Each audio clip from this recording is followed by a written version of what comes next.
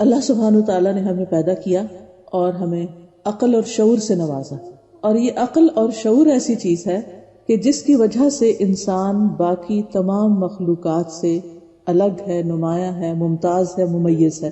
اسی عقل کی بنا پر انسان کو سب پر فضیلت دی گئی ہے، عزت عطا کی گئی ہے۔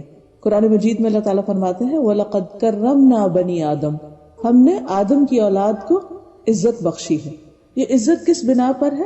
کہ انسان کے اندر عقل ہے، سمجھ ہے، شعور ہے، غور و فکر کی صلاحیت ہے، اور انسان اس دنیا میں آنے کے بعد جو جو بڑا ہوتا ہے، علم حاصل کرتا ہے، شعور کی منزلیں طے کرتا جاتا ہے، تو مختلف چیزوں کے بارے میں سوچتا ہے، غور و فکر کرتا ہے، اور ان سے طرح طرح کے فائدے اٹھاتا ہے۔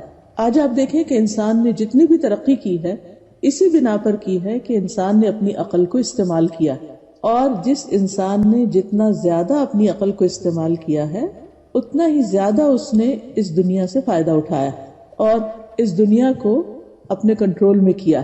انسان کی یعنی دنیاوی عزت بھی اسی میں ہے کہ انسان اپنی عقل کو استعمال کرے۔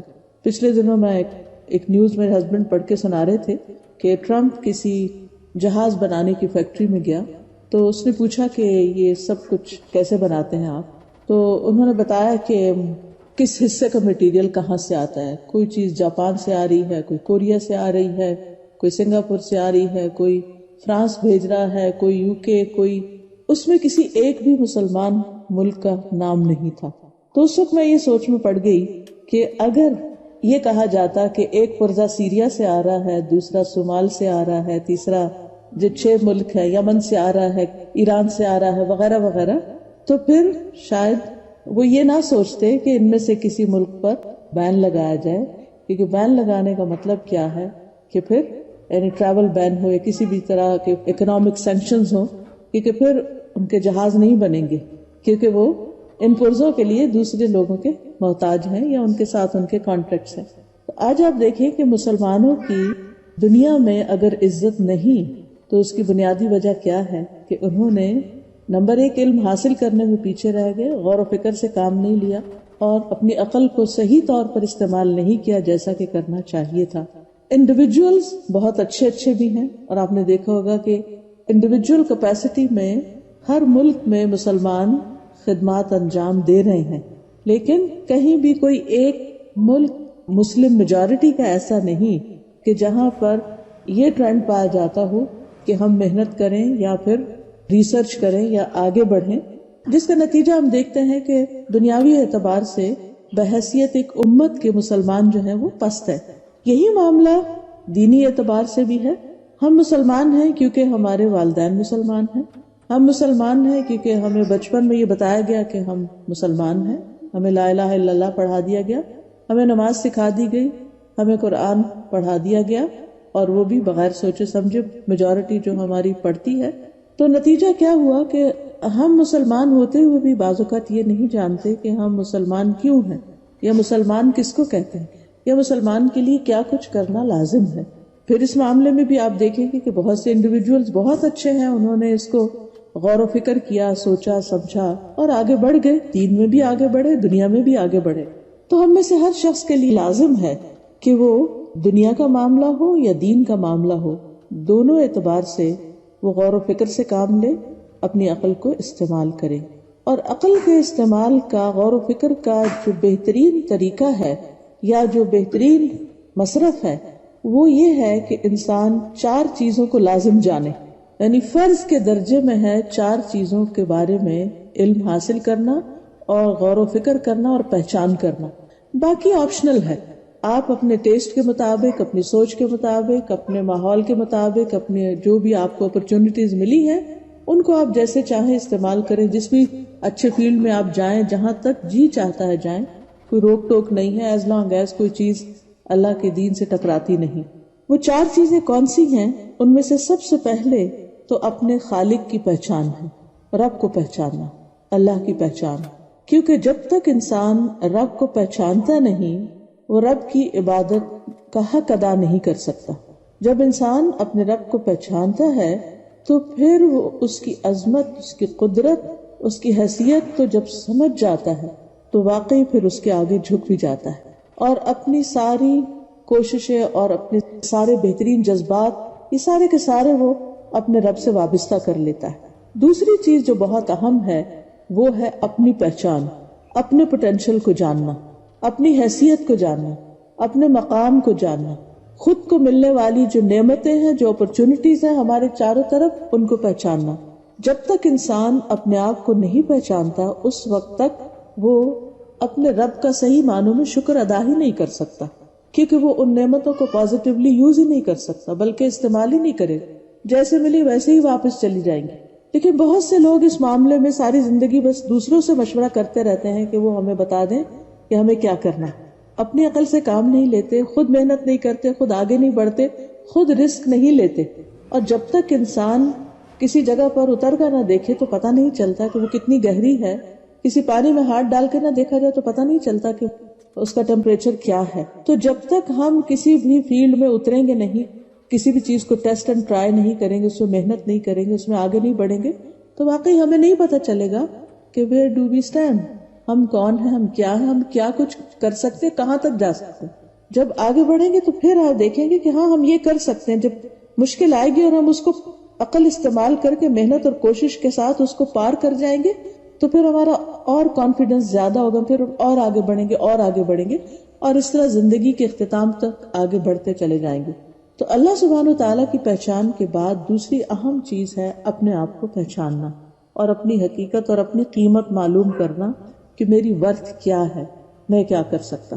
تیسری چیز ہے اس دنیا کی حقیقت کو پہچاننا، کیونکہ جب تک انسان دنیا کی حقیقت کو نہیں پہچانتا وہ دھوکے میں رہتا ہے. بعض اوقات انسان یہ سمجھتا ہے کہ جو کچھ ہے بس یہی دنیا کی زندگی ہے، جو فائدہ ہے بس یہی اٹھانا ہے، جو نقصان ہے وہ یہی کا نقصان ہے، یہاں جو آگے بڑھ گیا وہی کامیاب ہے اور جو پیچھے رہ گیا وہ ناکام ہے.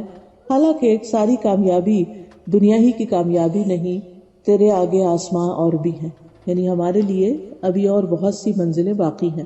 اس لیے چوتھی چیز جس کو جاننا اور جس کے بارے میں مکمل معلومات حاصل کرنا بے حد ضروری ہے اور ان میں غور و فکر کرتے رہنا، وہ ہے آخرت، جو ہماری اصل منزل ہے، جس کے بارے میں اللہ سبحانہ وتعالیٰ فرماتے ہیں وَإِنَّ الدَّارَ الْآخِرَةَ لَهِيَ الْحَيَوَانُ لَوْ كَانُوا يَعْلَمُونَ، اور بے شک آخرت کا گھر وہی حقیقی زندگی ہے، وہی اصل رہنے کی جگہ ہے.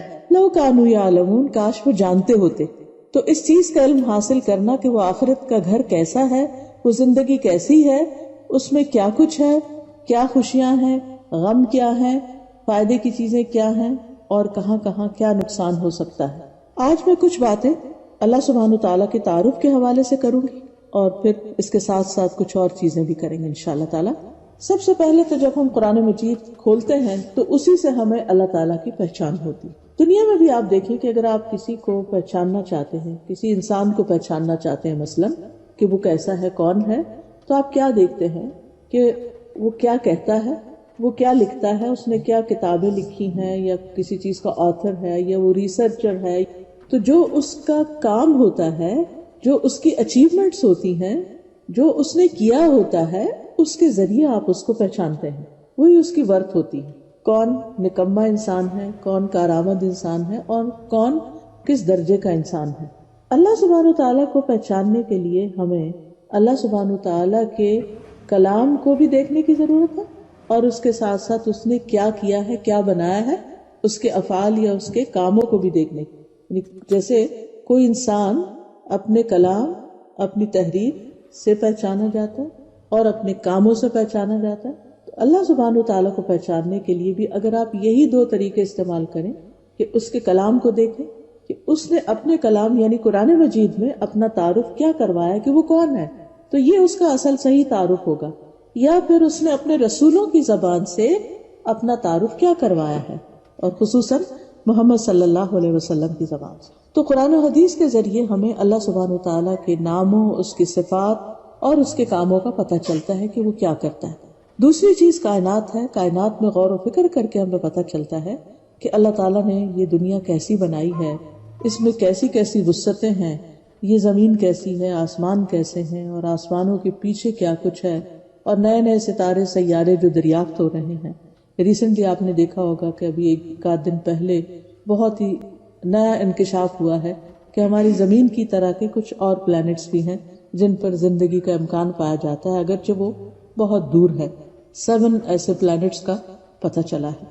اس کا ذکر قرآن مجید میں بھی ملتا ہے۔ اللہ تعالیٰ فرماتے ہیں کہ اللہ نے 7 آسمان بنائے اور انہی کی مانند زمینیں بھی بنائی، اور اللہ کا حکم ان میں اترتا رہتا ہے۔ سورۃ الطلاق کی آیت ہے، یتنزل الامر بینہن، اللہ کا حکم ان میں نازل ہوتا رہتا ہے، اور تاکہ تم جان لو کہ اللہ تعالیٰ نے ہر چیز کو اپنے علم سے گھیرا ہوا ہے۔ بہرحال، اور یہ بھی کہا جاتا ہے کہ وہ جو پلانٹس دریافت ہوئے وہ 40 لائٹ ایئرز کے فاصلے پر ہیں تقریباً یہاں سے۔ حقیقت تو اللہ ہی جانتا ہے، انسانوں کے تو صرف اندازے ہی ہیں۔ تو بہرحال جب ہم قرآن مجید کھولتے ہیں تو سب سے پہلی سورت جو ہے اس میں اللہ سبحانہ وتعالیٰ کا تعارف ہے کہ وہ کون ہے۔ اللہ تعالیٰ اپنا تعارف کیسے کرواتے ہیں؟ الحمدللہ رب العالمین، سب تعریف اللہ کے لیے ہے جو رب ہے سارے جہان، پوری یونیورس کا۔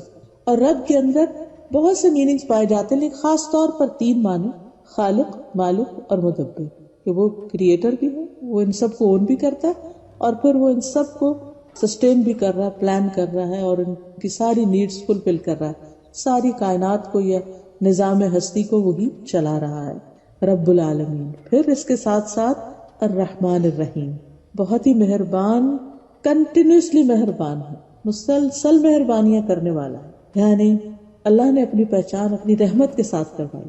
عام طور پر ہم اپنے بچوں کو جب اللہ کی پہچان کراتے ہیں تو ڈرانے سے کرتے ہیں، اللہ تعالیٰ ماریں گے، اللہ تعالیٰ آگ میں پھینک دیں گے، وغیرہ وغیرہ، جو کچھ ہم کرتے ہیں ہمیں معلوم ہے۔ جبکہ اللہ سبحانہ تعالیٰ نے اپنی پہچان کیسے کروائی کہ میں نے ہی پیدا کیا، میں ہی رزق دیتا ہوں، میں ہی تمہارا مالک ہوں، اور تمہارے سارے امور میرے ہی سامنے ہیں، میرے ہی اختیار میں ہے۔ اور اس کے ساتھ ساتھ یہ کہ میں بہت ہی مہربان ہوں۔ اور اس میں آپ دیکھیے کہ اللہ تعالیٰ کی صفت رحمت کو بیان کرنے کے لیے ایک نہیں 2 ناموں کا ذکر ہوا، الرحمن اور پھر الرحیم، سب کے لیے مہربان، اور خاص طور پر اپنے ماننے والوں کے لیے مہربان۔ اور پھر کیا تعارف ہے؟ مالک یوم الدین، جو مالک ہے یوم الدین کا، بدلے کے دن کا، جزا سزا کے دن کا۔ جو کچھ انسان دنیا میں کرتا ہے اس پر انسان کو آگے جو بھی ریوارڈ یا جو سزا ملنے والی ہے، ثواب و عقاب، اس کا مالک بھی وہ خود ہی ہے۔ یعنی پورا کنٹرول ہے اس کے پاس اول سے آخر تک ہر چیز کا۔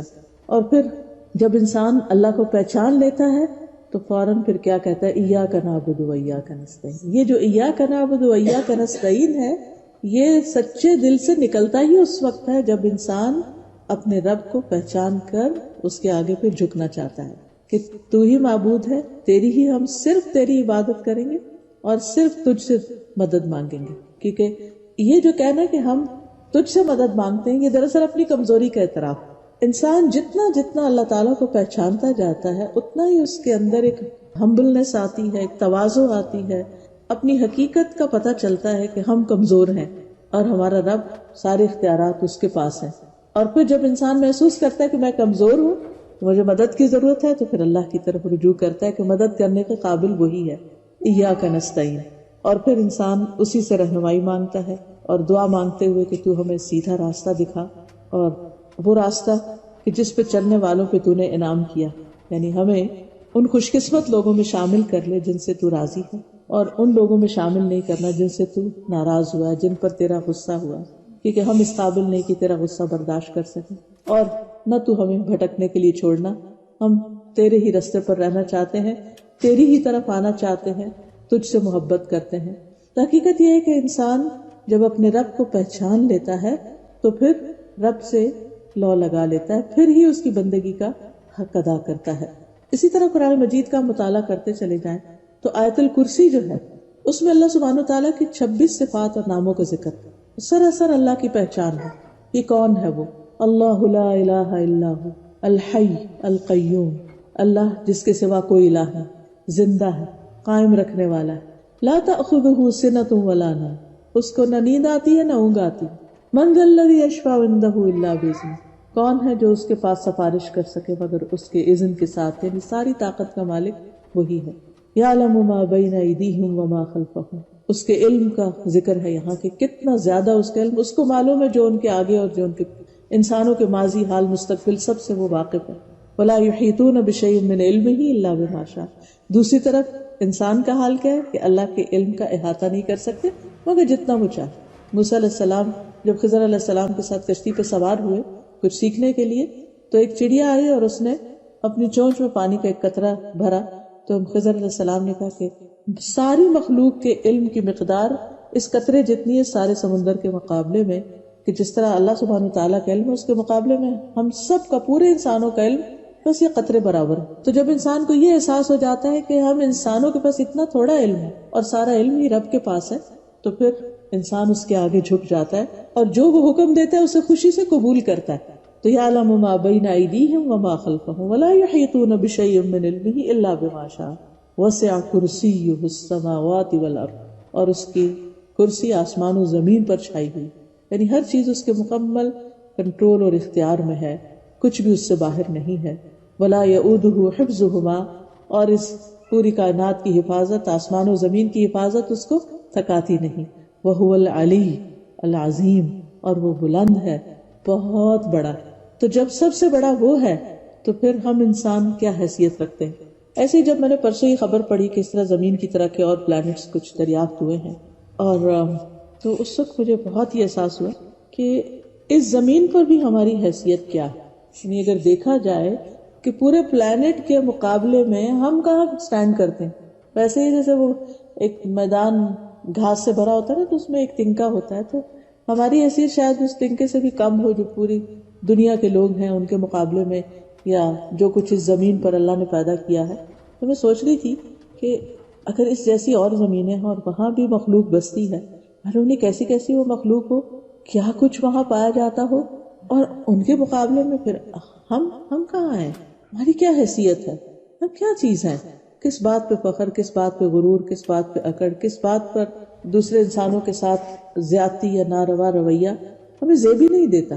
یہاں ہمیں تو ساری فکر یہ ہونی چاہیے کہ ہماری اپنی نجات اور ہماری بخشش کیسے ہوگی اور ہماری جان کیسے چھوٹے گی، ہم اتنے بڑے رب کے سامنے کس طرح جا کر کھڑے ہوں گے.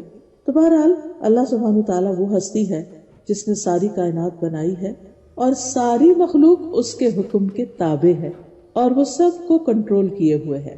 کوئی بھی اس کی مرضی اور ارادے کے بغیر پر نہیں مار سکتا، اپنی مرضی سے کچھ کر نہیں سکتا. ہاں جتنا وہ چاہے اس کے مطابق انسان اپنا اختیار استعمال کر سکتا ہے. اور پھر سب سے بڑی بات یہ ہے کہ ہر چیز کا اصل مالک وہ ہے. ہم انسانوں کو اس دنیا کی حقیقت ہم سب جانتے ہیں کہ ہم دنیا میں آتے ہیں، ایک وقت گزارتے ہیں اور اس کے بعد پھر چلے جاتے ہیں. دنیا میں آنے کے بعد جو کچھ بھی ہم ایکوائر کرتے ہیں، جو کچھ بھی حاصل کرتے ہیں، جس چیز کے مالک ہوتے ہیں، بس وہ ٹیمپریری ہے، چند سالوں کی بات ہے، چند گنے ہوئے دنوں کی بات ہے. جب انسان فوت ہو جاتا ہے ہر چیز اس کے نام سے اتر جاتی ہے، دوسروں کی طرف منتقل ہو جاتی ہے، اور انسان کہیں اور منتقل ہو جاتا ہے. اس دنیا میں اس کا وقت ختم ہو جاتا ہے، یہاں سے نکال دیا جاتا ہے، اس کا ٹائم پیریڈ ختم ہو گیا. جیسے آپ کسی ملک میں جاتے ہیں، آپ کو وہاں جتنے عرصے کا ویزا ملتا ہے یا رہائش کا پرمٹ ملتا ہے، اس کے بعد آپ کو وہاں سے نکلنا ہوتا ہے، جانا ہوتا ہے. اسی طرح اس دنیا سے بھی ایک دن سب انسانوں کو باری باری جانا ہے. تو پھر اصل مالک کون ہے؟ ہمارے بڑے چلے گئے، پھر ہم چلے جائیں گے، پھر ہماری آگے کی جنریشن چلی جائے گی.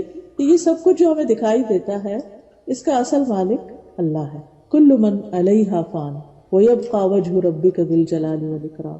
ہر چیز اس پہ فنا ہونے والی ہے، باقی رہنے والی چیز صرف تیرے رب کا چہرہ ہے، اور ہر چیز اس کے علاوہ ختم ہو جائے گی. تو اصل کنٹرول اللہ کے پاس ہے. رسول اللہ صلی اللہ علیہ وسلم نے فرمایا بلا شبہ تم سب مملوک ہو اور رب اللہ عز و جل ہی ہے، مالک اللہ ہی ہے. پھر اسی طرح ہمیں یہ بھی یاد رکھنا چاہیے کہ ہمارا خالق ہونے کے ساتھ ساتھ ہمارا رازق بھی وہی ہے. اسی نے ہمیں زندگی دی، اسی نے یہ روح ہمارے اندر پیدا کی جس کی وجہ سے ہم دیکھتے ہیں، بولتے ہیں، سنتے ہیں، سمجھتے ہیں، عقل اور شعور سے کام لیتے ہیں. یہ روح نکال لی جائے تو باقی کچھ بھی نہیں. تو یہ روح اس نے ہمارے اندر ڈالی. دنیا میں کہیں روح بکتی نہیں، کہیں بنتی نہیں، کوئی دے نہیں سکتا، اور جب وہ چاہے گا واپس لے لے گا، کوئی بھاگ بھی نہیں سکتا. اینما تکونوا یدرککم الموت، کہیں پر بھی تم ہو کہ موت تمہیں پا لے گی، پہنچ جائے گی، چلے جائیں گے. اب آپ دیکھیے کہ اس عرصے کے دوران جو اس نے ہمیں زندگی کا دیا ہے، یہ روح اور جسم کو ساتھ ملا کر دیا ہے، اس میں ہمارا کھانا پینا، لباس، باقی تمام ضروریات، ہماری جسمانی ضروریات، ہماری جذباتی ضروریات، ہماری عقل کی ضروریات، ان سب کو پورا کرنے والا، ان کی نرشمنٹ کرنے والا دراصل اللہ ہی ہے. اور ان ضروریات کو پورا کرنے کے لیے آپ دیکھیے زمین سے کیا کچھ نہیں اگایا اس نے، اور کیسے کیسے جانور ہمارے لیے پیدا کیے، اور کیا کیا چیزیں ہماری ضرورت کی، اور پھر ان چیزوں کو استعمال کرنے کے لیے ہمیں ٹیسٹ بھی دیا، ہمیں ذوق دیا، چکھنے کا ذائقہ بھی دیا، ہمیں سونگنے کی صلاحیت دی، ہمیں دیکھنے کی، اور رنگوں کو ہم دیکھ سکتے ہیں، صرف بلیک اینڈ وائٹ نہیں، اور پھر طرح طرح کی آوازیں ہم سن سکتے ہیں، بہت سی چیزوں کو ہم محسوس کر سکتے ہیں، ہم بہت سی چیزیں جو دیکھ کے ہم ان سے کچھ اثر لیتے ہیں، اور کچھ ان سین چیزیں ایسی بھی ہوتی ہیں کہ جن کے اثرات ہم پر پڑ رہے ہوتے ہیں۔ پھر اسی طرح آپ دیکھیے کہ اللہ سبحانہ وتعالی نہ صرف ہے کہ ایک ایک ذرے کا مالک، اور ایک ایک ذرہ ہمارے جسم کا ایک ایک سیل اس کے حکم کے مطابق چل رہا ہے، اسی طرح پوری کائنات کا ایک ایک ستارہ سیارہ بھی اسی کے حکم سے گھوم رہا ہے۔ جس طرح ہمارے جسم میں خون دوڑ رہا ہے، اسی طرح کائنات میں مختلف چیزیں دوڑ رہی ہیں، اور ان سب کو کام کرنے کا موقع بھی دے رہا ہے کہ یہ چیزیں آپس میں ٹکراتی نہیں۔ پھر اسی طرح زندگی اور موت کا مالک بھی اللہ ہی ہے، وہی زندگی دیتا ہے، وہی موت دیتا ہے، اور وہی سارے خزانوں کا مالک ہے۔ وَلِلَّهِ خَزَائِنُ السَّمَاوَاتِ وَالْأَرْضِ وَإِن مِّن شَيْءٍ إِلَّا عِندَنَا خَزَائِنُهُ، کوئی چیز ایسی نہیں جس کے خزانے ہمارے پاس نہ ہو، لیکن ان کا کنٹرول اللہ کے ہاتھ میں ہے۔ پھر اسی طرح ہدایت کا مالک بھی وہی ہے۔ حدیث میں آتا، بہت ہی خوبصورت حدیث ہے، نبی صلی اللہ علیہ وسلم اپنے رب تبارک و تعالیٰ سے روایت کرتے ہیں، بے شک اللہ تعالیٰ فرماتے ہیں، اے میرے بندے، تم سب گمراہ ہو سوائے اس کے جسے میں ہدایت دوں، بس تم مجھ سے ہدایت مانگو، میں تمہیں ہدایت دوں گا۔ تو جو اللہ سے ہدایت مانگتا ہے اللہ اس کو ہدایت دیتا ہے، اور ہدایت اصل میں اللہ ہی کی ہدایت ہے۔ اے میرے بندو، تم سب بھوکے ہو سوائے اس کے جس کو میں کھلاؤں، تم مجھ سے کھانا مانگو، میں تمہیں کھانا کھلاؤں گا۔ یعنی انسان کی جسمانی ضروریات بھی اللہ پوری کرتا ہے۔ اسی طرح لباس کے بارے میں بھی فرمایا، تم مجھ سے مانگو میں تمہیں پہناؤں گا۔ اے میرے بندو، تم دن رات گناہ کرتے ہو اور میں سارے گناہ بخشتا ہوں، تم مجھ سے بخشش مانگو میں تمہیں بخش دوں گا۔ اے میرے بندو، اگر تمہارے اول اور آخر سب کے سب ایک صاف چٹیل میدان میں کھڑے ہو کر مجھ سے مانگے، اور میں ہر ایک کو جو بھی وہ مجھ سے مانگے عطا کر دوں، پھر بھی میرے خزانوں میں اتنی کمی نہیں ہوگی جتنی سمندر میں سوئی ڈال کر پانی میں کمی ہوتی۔ یعنی اللہ سبحانہ وتعالیٰ ہی سارے خزانوں کا مالک ہے، اور وہی بندوں کو عطا کرنے والا ہے، اور بندوں کی ساری ضروریات پوری کرتا ہے۔ یعنی وہ ضروریات بھی جو ہم جانتے ہیں کہ ہماری ضرورت ہے، اور وہ بھی جن کے بارے میں ہمیں خود بھی نہیں پتا ہماری ضرورت ہے۔ اب دیکھیے کہ ہمارا جسم کس طرح کام کر رہا ہو، جب اس کا کچھ حصہ کام نہیں کرتا تو پھر ہم بیمار پڑ جاتے ہیں، پھر ہمارے ٹیسٹ پہ ٹیسٹ ہوتے، پھر ہمیں ڈاکٹر بتاتے ہیں اس چیز کی کمی ہو گئی ہے، وٹامن ڈی کی کمی ہو گئی ہے۔ تو آپ دیکھیے کہ ایک خاص عمر کی حد کو پہنچ کر پھر ہمیں پتا چلتا، اوہ ہمارے جسم میں کیلشیم کی ڈیفیشنسی ہوگی، اس کی ہوگی اور اس کی، لیکن اس سے پہلے ہمیں کبھی خیال بھی نہیں آیا کہ کون ہماری یہ ساری ضروریات ہمارے سوچے، پلان کیے اور اہتمام کیے بغیر پوری کرتا چلا جا رہا۔ ہماری باڈی جس طرح فنکشن کرتی ہے اور ہمارا ایک ایک سسٹم جس طرح فنکشن کرتا ہے، اس کو وہ سسٹم چلانے کے لیے کس انرجی کی ضرورت ہوتی ہے وہ کون فراہم کر رہا ہے، اور اس کا انتظام کس نے کر رکھا ہے۔ ہم تو بس کھانا انجوائے کر کے کھا کے اپنے کام میں لگ جاتے ہیں، ہمیں زیادہ ہی تو بھوک لگی، اس کا ہمیں پتا ہے کہ کھانا ہماری ضرورت ہے کیونکہ ہمیں بھوک لگی، لیکن کھانا صرف بھوک نہیں دور کرتا، اس کے علاوہ بھی وہ بہت سی چیزیں ہمارے جسم میں بلڈ کے ذریعے سارے نیوٹریٹس جو ہیں ایک ایک بال تک، ایک ایک حصے تک، ایک ایک سیل تک پہنچ رہے ہوتے ہیں کہ کون پہنچا رہے، یہ سسٹم کس نے کام کیا۔ اور پھر اسی طرح یہ کہ ہمارے جسم کے اندر کہا جاتا ہے کہ انسان پیدائش کے ساتھ ہی سینکڑوں بیماریاں لے کے پیدا ہوتا ہے، لیکن اللہ نے ایسا امیون سسٹم، مدافعاتی نظام رکھا ہے انسان کے اندر کہ وہ خود بخود ہی اندر لڑتا رہتا ہے اور خود بخود ہی ان بیماریوں کو دھکیلتا رہتا ہے اور وہ غالب نہیں آنے دیتا۔ لیکن آپ دیکھیے کبھی بچے کو کوئی ایک بیماری بھی ہو جائے تو کس قدر پریشانی کی بات بنتی۔ تو کہنے کا مطلب یہ ہے کہ وہ اللہ ہی ہے جو ہماری ساری ضروریات پوری کرتا ہے، وہ بھی جن کو ہم جانتے ہیں اور وہ بھی جن کو ہم نہیں جانتے۔ ابراہیم علیہ السلام نے ایک موقع پر کہا تھا کہ رب کون ہے؟ اللہ رب العالمین الذی خلقنی فہو یہدین، کہ میرا رب وہ ہے جس نے مجھے بنایا اور وہ مجھے ہدایت دیتا ہے۔ والذی هو یطعمنی ویسقینی، اور وہی جو مجھے کھلاتا ہے اور پلاتا ہے۔ واذا مرضت فہو یشفینی، اور جب میں بیمار پڑتا ہوں تو وہی مجھے شفا دیتا ہے۔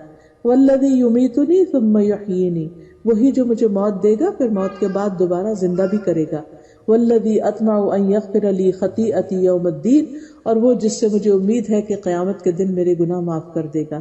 رب ھب لی حکما والحقنی بالصالحین، اے رب مجھے حکمت عطا کر قوت فیصلہ عطا کر اور مجھے نیک لوگوں کے ساتھ شامل کر لے. یعنی وہ اپنے لیے یہ دعا مانگتے ہیں.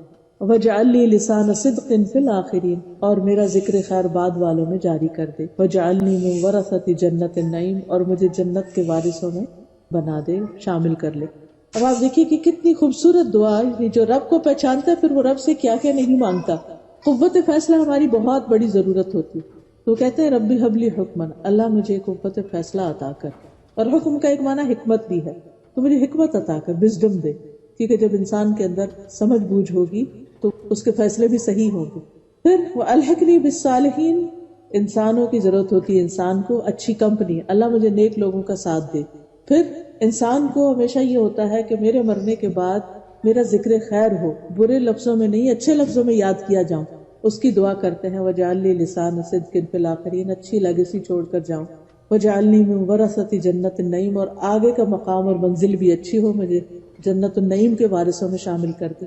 کتنی کمپریہنسو دعا ہے، چھوٹی سی دعا ہے، لیکن اس میں ابراہیم علیہ السلام اپنے لیے بہت کچھ مانگتے ہیں، کیونکہ انہیں رب کی پہچان ہو جاتی ہے کہ میرا رب وہ ہے کہ جس سے میں جو مانگوں وہ مجھے عطا کر سکتا ہے. تو پھر ان کے دل میں جس چیز کی خواہش آتی ہے وہ اس سے مانگتے چلے جاتے ہیں.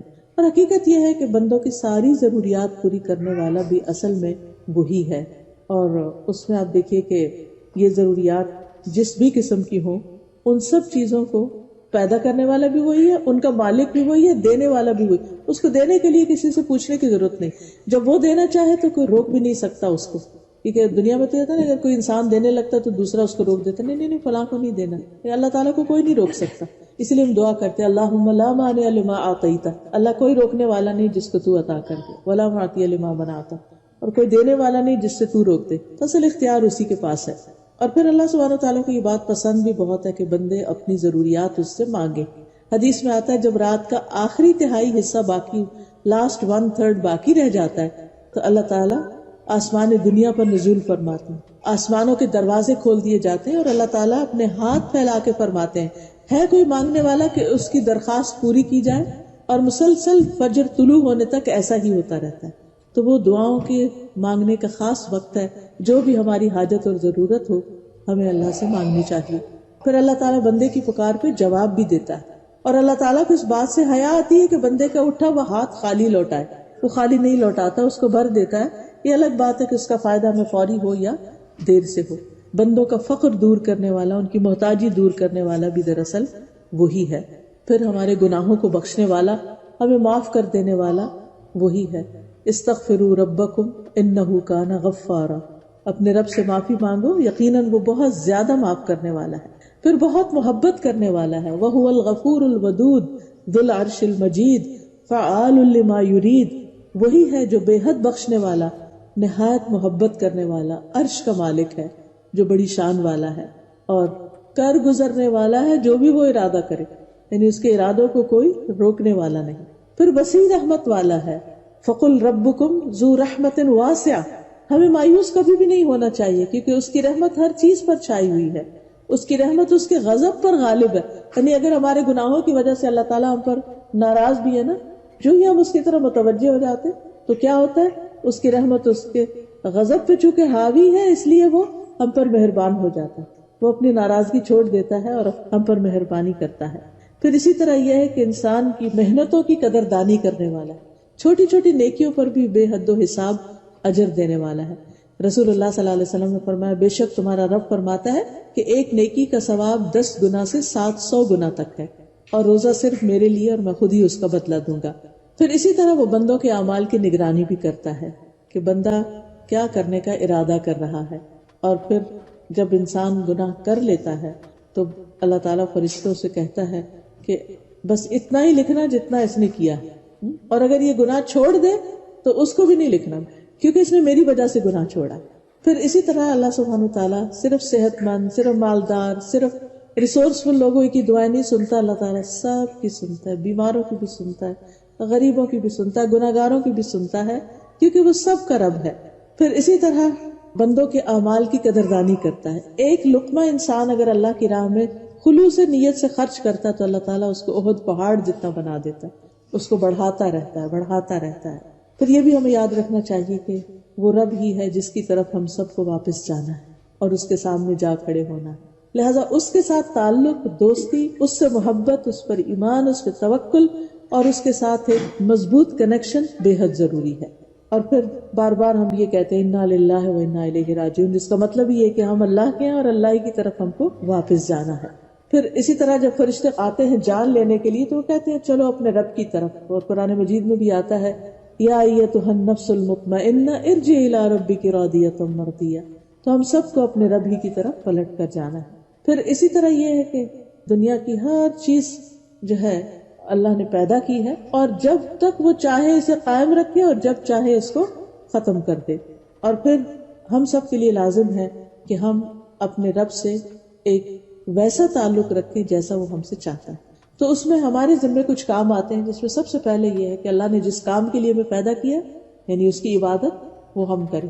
اچھا، یہاں پر بعض لوگ یہ سمجھتے ہیں کہ شاید اللہ کو ہماری عبادت کی ضرورت ہے یا اللہ تعالیٰ کو اس سے کوئی فائدہ پہنچتا ہے. ہرگز نہیں. عبادت دراصل کیا ہے؟ اللہ کے بتائے ہوئے طریقے کے مطابق زندگی بسر کرنا، یہی عبادت ہے. یعنی مختلف کاموں میں جیسے وہ کہتا کرو ویسے کر لینا عبادت ہے. اس میں انسانی کا فائدہ ہے. جب انسان یہ کرتا ہے تو انسان کی زندگی بھی سکون میں گزرتی ہے اور اس کرنے پر انسان کو ریوارڈ بھی ملے گا. یعنی دوہرا فائدہ. دنیا کا فائدہ کیا؟ انسان بھٹکنے سے، پریشان ہونے سے، غموں سے، دکھوں سے بچ جاتا ہے اور اس کے دل کو ایک قرار آ جاتا ہے. اور آخرت کا فائدہ یہ ہے کہ انسان کو اللہ تعالیٰ ایک نیکی کا ریوارڈ کئی گنا بڑھا کر دیتا ہے. رب کی عبادت میں ایک چیز جس کا خاص خیال رکھنا چاہیے وہ کہ کسی اور کو اس کے ساتھ شریک نہیں کرنا. اور اس میں ہم الحمدللہ کو بتوں کو شریک نہیں کرتے، کچھ انسانوں کو نہیں کرتے، لیکن یہ جو ریاکاری اور دکھاوا ہے یہ کہیں نہ کہیں سے کریپن ہو جاتا ہے اور شیطان انسان کے اعمال کو خراب کرنے کی کوشش کرتا ہے. تو اللہ تعالیٰ سورۃ الکہف کے آخر میں فرماتے ہیں فَمَنْ كَانَ يَرْجُو لِقَاءَ رَبِّهِ فَلْيَعْمَلْ عَمَلًا صَالِحًا وَلَا يُشْرِكْ بِعِبَادَةِ رَبِّهِ أَحَدًا. کہ جو شخص اپنے رب سے ملاقات کی امید رکھتا ہو تو اس کے لیے لازم ہے کہ وہ نیک عمل کرے اور اپنے رب کی عبادت میں کسی کو شریک نہ کرے. تو شرک جو ہے یہ اللہ تعالیٰ کو سخت ناپسند ہے اور اس کے لیے انسان کو بہت احتیاط کرنے کی ضرورت ہے. اور پھر یہ ہے کہ انسان کو اللہ کی عبادت کے لیے وقت نکالنا چاہیے. نو میٹر واٹ، کتنے بھی آپ مصروف ہیں، بیمار ہیں، مسافر ہیں، کچھ بھی اللہ کے لیے وقت نکالے. اچھا اب ہم کہتے ہیں شاید اللہ تعالیٰ کو ہماری ضرورت پڑ گئی کہ ہم اس کے لیے وقت، نو وے. اصل میں ہمیں ضرورت ہوتی ہے اس کی. اور آپ یقین کریں کہ جو لوگ نماز پڑھتے ہیں اپنے کام کے وقت پہ سے نکل کر وہ اس بات کو اچھی طرح سمجھتے ہیں کہ انسان مسلسل دنیا کے کاموں میں سر کھپائی کرتا رہتا ہے، ذہنی طور پر بھی تھک جاتا ہے، بعضوں کو جسمانی طور پر بھی تھک جاتا ہے. ایسے میں جب نماز کی بریک آ جاتی ہے، انٹرول آ جاتا ہے، تو آپ دیکھیں کہ آپ وضو کر کے جب اللہ کے حضور کھڑے ہوتے ہیں تو آپ کی وہ تھکاوٹ بھی اتر جاتی ہے اور آپ کے دل کو بھی ایک قرار آتا ہے، ایک سکون آ جاتا ہے. کبھی ایسا ہوتا ہے کہ آپ انسانوں کے بیچ میں ہوتے ہیں، کوئی آپ کو ہرٹ کر دیتا ہے، آپ کو دل چاہتا ہے کہ آپ پھوٹ پھوٹ کر روئیں، کبھی آپ کسی طرح دکھی ہو جاتے ہیں. لیکن جو ہی آپ اسی درمیان میں نماز کے لیے چلے جاتے ہیں تو پہلے اور بعد کی کیفیت بالکل فرق ہو جاتی ہے. آپ کا دکھ دور ہو جاتا ہے، تکلیف ختم ہو جاتی ہے.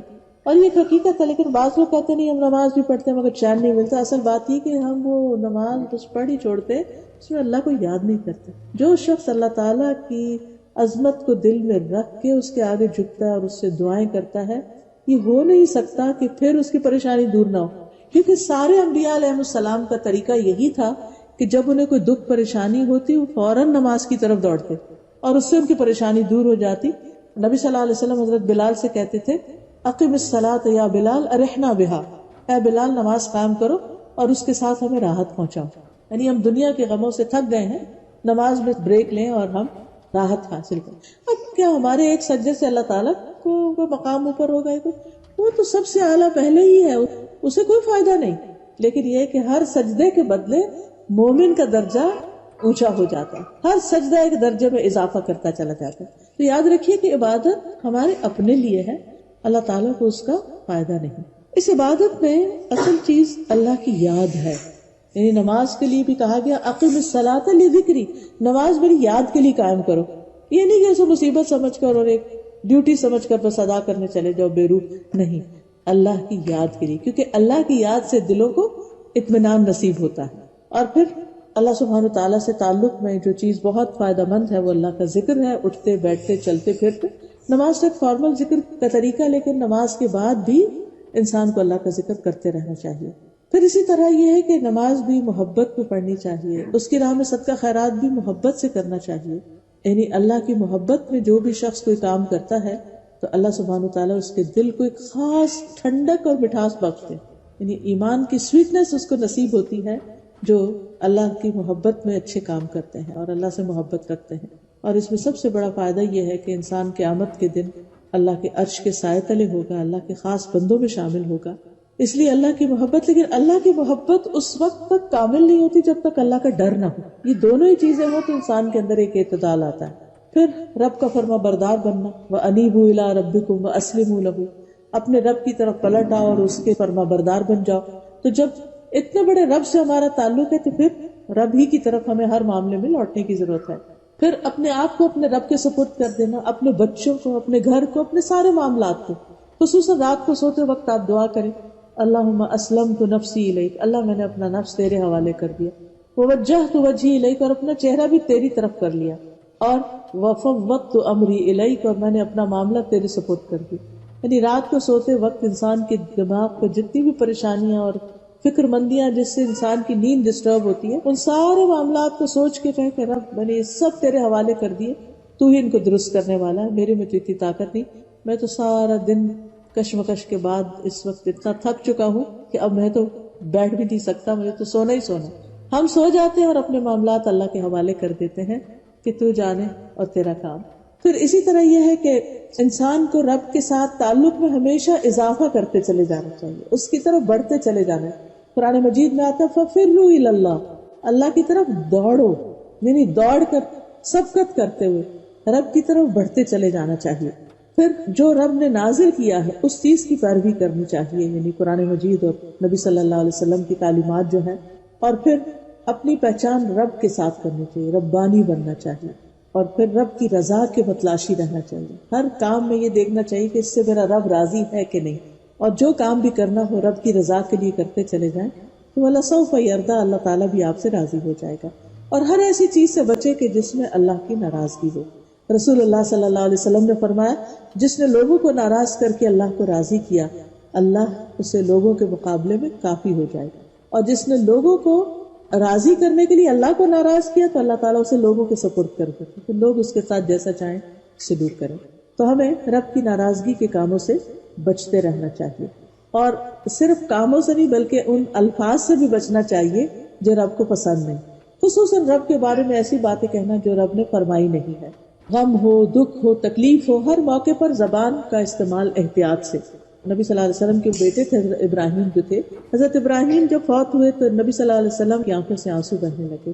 صحابہ بڑے حیران ہوئے کہ آپ بھی روتے ہیں. فرمایا کہ ہاں دل غمگین ہے، آنکھ آنسو بہاتی، لیکن زبان سے وہی نکلے گا جو رب کو راضی کرنے والا ہوگا. پھر اسی طرح یہ ہے کہ اللہ نے جو ہمیں دین دیا ہے اس پر بھی راضی ہونے کی ضرورت ہے، کیونکہ اس پر دل تنگ نہیں ہونا چاہیے، اسے خوشی سے قبول کرنا چاہیے، اس کے حلال و حرام پر راضی رہنا چاہیے. یہ نہیں کہنا چاہیے یہ بھی حرام ہے، یہ نہ کرو، یہ نہ کرو، اس طرح کی بات نہیں کرنی چاہیے. جن چیزوں سے بھی اس نے ہمیں روکا ہے اس میں ہمارا فائدہ نہیں، ہر اس چیز سے اس نے روک دیا ہے جو ہمارے لیے نقصان دہ ہے. پھر اسی طرح رب کے احسانات کو ماننا چاہیے، اس کا شکر گزار بندہ بننا چاہیے اور اس پر توکل کرنا چاہیے. یاد رکھیے کہ زندگی میں ہر وہ معاملہ جس کے بارے میں سوچ کر ہم فکر مند ہو جاتے ہیں اور یا کچھ کرنا چاہتے ہیں تو بزدلی ہمیں روک دیتی ہے، ایسے تمام معاملات میں اللہ تعالیٰ پر بھروسہ کر کے آگے بڑھنا چاہیے.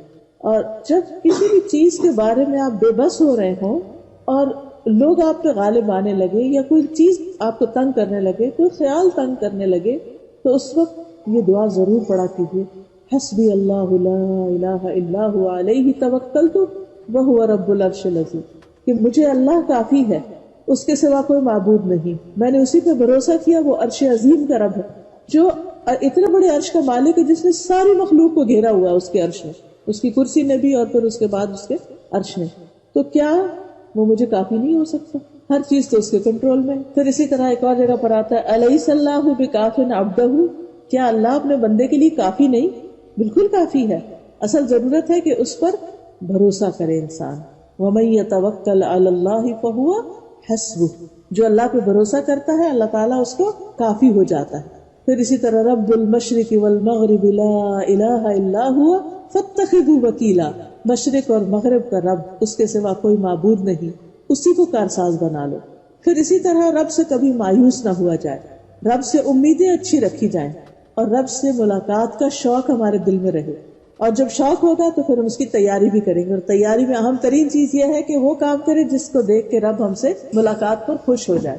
اور پھر یہ ہے کہ رب کو جو خوش کرنے والے کام ہیں ان میں سے ایک یہ ہے کہ رب سے مانگتے رہیں, ہر دم مانگتے رہیں, خوب خوب دعائیں کرتے رہیں, اپنے لیے کریں, پھر والدین کے لیے کریں, رب ارحمہما کما ربیانی صغیرا, اپنے ازواج اور اولاد کے لیے کریں, ربنا هب لنا من ازواجنا وذریاتنا قرۃ اعین واجعلنا للمتقین اماما. پھر اولاد کے لیے خاص طور پر دعا کہ رب هب لی من الصالحین کے علاوہ رب لا تذرنی فردا وانت خیر الوارثین, یعنی اللہ میری اولاد کو اتنا نیک بنا کہ میرے بعد وہ میرے نیکی میں میرے وارث ہو. پھر رب اجعلنی مقیم الصلاۃ ومن ذریتی ربنا وتقبل دعا. پھر لوگوں کے لیے دعا, سب کی بخشش کی دعا, ربنا اغفر لی ولوالدی وللمؤمنین یوم یقوم الحساب. تو گناہوں سے معافی کی دعائیں بھی کرنی چاہیے, اپنے لیے, دوسروں کے لیے, رب اغفر وارحم وانت خیر الراحمین. اور پھر خیر پانے کے لیے رب سے دعا کرنی چاہیے, رب انی لما انزلت الی من خیر فقیر. پھر صبر کے لیے دعا کرنی چاہیے, ربنا افرغ علینا صبرا وثبت اقدامنا وانصرنا علی القوم الکافرین. پھر علم میں اضافے کے لیے دعا جو نبی صلی اللہ علیہ وسلم کو سکھائی گئی, رب زدنی علما. پھر معاملات میں آسانی کے لیے دعا, رب اشرح لی صدری, اللہ میرا سینہ کھول دے, کیونکہ جو سینے کی گھٹن اور تنگی ہوتی ہے نا, یہ ڈپریشن لاتی ہے. سب کچھ ہوتے ہوئے آپ کا دل تنگ ہوتا ہے, کبھی اس میں بزدلی آ رہی ہوتی ہے, کبھی اس میں خوف ہوتا ہے, کبھی اس میں بخل ہوتا ہے, کبھی اس میں ہم اور غم ہوتا ہے. تو یہ سب چیزیں دل کی تنگی کے ساتھ بڑھ جاتی ہیں, مرض بڑھ جاتا ہے. تو جب یہ ہماری جو چیسٹ ہے یہ وسیع ہوگی, کھلے گی, دل کھلے گا, تو پھر آپ دیکھیے ہم لوگوں کو آسانی سے معاف بھی کر دیں گے, لیٹ اٹ گو, جانے دیں گے. پھر ہم لوگوں کے بارے میں اچھا گمان رکھیں گے, پھر ہمیں بہت سی چیزوں میں غور و فکر کا موقع ملے گا. تو یہ جو دل کی وسعت ہے یہ بہت ضروری ہے. رب اشرح لی صدری ویسر لی امری, اور میرا کام آسان کر دے. سارے کاموں میں آسانی کی دعا کرنی چاہیے. واحلل عقدۃ من لسانی, اور میری زبان کی گرہ کھول دے, کیونکہ انسانوں کے ساتھ عموماً لڑائی جھگڑے مس کمیونیکیشن کی وجہ سے ہوتے ہیں. ایک کچھ کہنا چاہ رہا ہے, دوسرا کچھ اور سمجھ رہا ہے, پہلا اریٹیٹڈ ہو جاتا ہے, وہ غصے میں آ جاتا ہے, وہ اس کو کچھ وہ جواباً اس سے بڑی کاروائی کرتا ہے, اور یوں گھروں میں جھگڑے فساد شروع رہتے ہیں. تو ویسر لی امری واحلل عقدۃ من لسانی, اللہ میری زبان کی گرہ کھول دے کہ میں اپنا مدعا اچھے طرح بیان کر سکوں. یفقہوا قولی, تاکہ لوگ میری بات سمجھ جائیں. یہ صرف قرآن و حدیث کے درس سے متعلق ہی نہیں, اس کے لیے تو ہے ہی, لیکن عام روزمرہ زندگی میں بھی آپ نے دیکھا ہوگا کہ بعض اوقات کسی کو اپنی بات سمجھانا, اپنا نقطہ نظر بتانا, اللہ کا پیغام پہنچانا بڑا مشکل ہو جاتا ہے. یوں لگتا ہے کہ ہم پتہ نہیں کسی دیوار سے بات کر رہے ہیں یا کسی لکڑی کے بت سے بات کر رہے ہیں, کوئی رسپانس نہیں, کوئی جواب نہیں. کچھ لوگوں سے بات کرتے ہوئے نروس ہو جاتے ہیں. تو جب یہ دعا پڑھ لیتے ہیں تو اللہ سبحانہ وتعالیٰ کاموں میں آسانی کر دیتا ہے اور آپ اپنی بات بتا سکتے ہیں. آپ دیکھیے کہ بچے بھی ہیں نا, میں نے اپنے تجربے میں یہ دیکھا ہے کہ جب میں ان کو بیفور ٹائم اپنی ایکسپیکٹیشن بتا دیتی ہوں تو معاملہ بہت اچھا رہتا ہے, کہ ان کو بھی پتا ہوتا ہے میں کیا چاہتی ہوں, اور مجھے بھی پتا ہوتا ہے کہ اب وہ کس طرف چلیں. جب وہ کمیونیکیشن گیپ ہوتا ہے نا, تو پھر وہ کچھ کہہ رہے تھے, آپ کچھ کہہ رہے, کچھ کہہ رہے, آپ اوپر سے کچھ کہہ رہے, وہ بات ہی نہیں بنتی, جس کے نتیجے میں پھر تعلقات اچھے نہیں رہتے. پھر اسی طرح اس بات کے لیے بھی دعا کرنی چاہیے کہ اللہ تعالیٰ ہمیں ذکر کی, شکر کی, اچھی عبادت کی توفیق عطا کرے, شیاطین سے ہماری حفاظت کرے, کیونکہ رب ہی ہے جو ان کو دیکھتا ہے اور ان کو پکڑ سکتا ہے. ہم تو شیطان کا مقابلہ کر ہی نہیں سکتے. تو رب اعوذ بک من ہمزات الشیاطین واعوذ بک رب ان یحضرون. پھر اسی طرح یہ ہے کہ کہیں پر آپ جائیں, کسی طرح کی کوئی خوف, پریشانی, گھبراہٹ ہو تو اسی سے ہی مدد مانگیں. اور پھر خاص طور پر اپنے دل کی سلامتی کی دعا کریں, کیونکہ دل ہی غور و فکر کا منبع اور مرکز ہوتا ہے. اگر دل بھٹک جائے تو ہر چیز ہی ٹیڑھی ہو جاتی ہے. کبھی آپ نے دیکھا ہوگا نا کہ اگر چکر آ رہے ہوں آپ کو تو یوں لگتا ہے کہ چیزیں ہل رہی ہیں یا اوپر نیچے ہو رہی ہیں, حالانکہ چیزیں تو اپنی جگہ قائم ہیں, ہمارے اندر کچھ چینج آ گیا, خرابی آ گئی. جب آپ اس کو فکس کرتے ہیں اپنی جگہ پر آ جاتا ہے اور آپ ٹھیک دیکھنے لگتے ہیں. تو اسی طرح دل کی استقامت, دل کی ہدایت اور دل کی سلامتی کی دعا کرنی چاہیے, کیونکہ دل سلامت ہوگا تو انشاءاللہ اعمال بھی سلامت ہو جائیں گے. پھر دنیا اور آخرت کی بھلائیوں کی دعا اپنے رب سے کرنی چاہیے. ربنا آتنا فی الدنیا حسنۃ وفی الآخرۃ حسنۃ وقنا عذاب النار، اور پھر آگ سے بچنے کی خاص دعا، اور پھر جنت پہ گھر لینے کی دعا جیسے حضرت آسیہ نے کی تھی. کیا کہا تھا انہوں نے؟ رب ابن لی عندک بیتا فی الجنہ ونجنی من فرعون وعملہ ونجنی من القوم الظالمین. تو اللہ تعالیٰ سے دعا ہے کہ اللہ تعالیٰ ہمیں اپنی پہچان دے، ہمیں اس دنیا کی حقیقت سمجھا دے، ہمیں آخرت کی حقیقت سمجھا دے، اور ہمیں اپنی پہچان دے تاکہ ہم اپنی زندگی کو ضائع ہونے سے بچائیں اور اس میں وہ کام کر کے جائیں جن کا آگے حساب کتاب ہونا ہے، جس کے بارے میں پوچھا جائے گا، اور جن پر پھر ہماری آئندہ کی خوشی یا غم کا انحصار ہے.